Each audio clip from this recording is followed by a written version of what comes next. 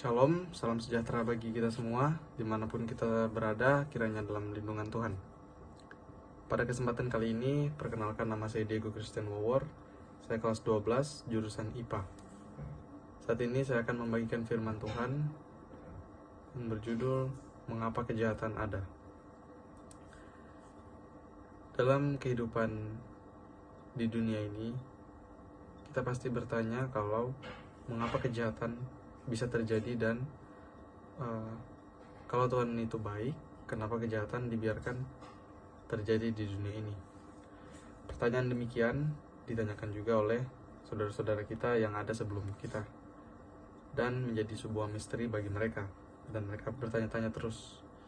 Di dalam Alkitab kita bisa menemukan jawaban bahwa kejahatan adalah salah satu bentuk dari kesalahan dalam menggunakan kebebasan, atau yang kita kenal dengan power of choice. Ketika iblis memberontak di surga, itu iblis memilih untuk memberontak, yang dimana awalnya mereka adalah malaikat terang, malah mereka memberontak dan akhirnya mereka diusir dari surga. Lalu kita bisa melihat lagi dosa pertama di dunia yang terjadi karena manusia pertama memilih untuk tidak taat pada perintah Tuhan. Dan akhirnya kejahatan dimulai ketika dosa masuk ke dunia, dan semakin bertambah, semakin banyak kejahatan. Kita bisa melihat kejahatan yang terjadi, yaitu di Alkitab Kain membunuh Habel karena iri hati. Kita juga bisa melihat keserakahan itu bisa membawa kita kepada kejahatan, yaitu ketika Yudas menjual Yesus hanya untuk mendapatkan uang. Kita juga bisa melihat kejahatan yang terjadi di dunia, korupsi, kekerasan, dan juga fitnah atau hoax yang disebarkan.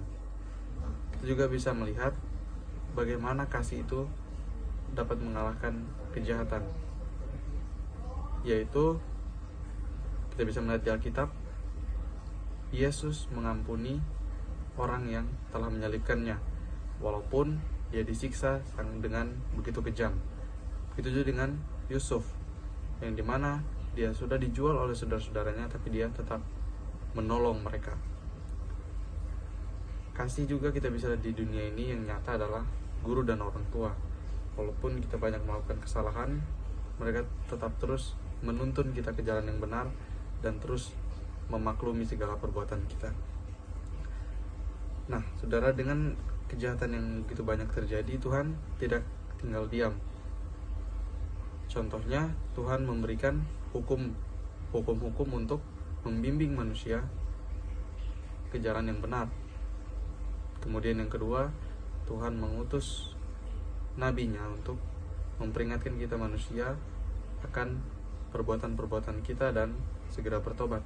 Dan yang ketiga, yang paling utama adalah mengutus anaknya yang tunggal untuk menebus dosa-dosa kita. Semua itu dilakukan untuk mengalahkan kuasa dosa. Bukan hanya itu, Tuhan juga memberikan janji atau harapan kepada kita di dalam Wahyu 21 ayat 4. Di situ dikatakan tidak akan ada lagi harta tangis, duka cita, dan lain-lain. Yang artinya kejahatan itu pasti akan berakhir. Saudara, ketika ada kejahatan terjadi di sekitar kita, janganlah kita putus asa. Jangan kita putus asa, melainkan mari kita menjadi terang bagi dunia yang gelap. Mari kita membantu orang, melayani orang yang susah, dan melakukan segala yang dikehendaki oleh Tuhan dengan menggunakan kebebasan memilih kita untuk melakukan hal-hal kasih, karena kasih dapat mengalahkan kejahatan. Walaupun kita tidak bisa menghapus semua kejahatan di dunia, setidaknya kita menjadi berkat bagi orang lain dan membuat teladan yang baik untuk sesama kita. Menjadi refleksi untuk kita adalah di dunia ini banyak sekali kejahatan terjadi.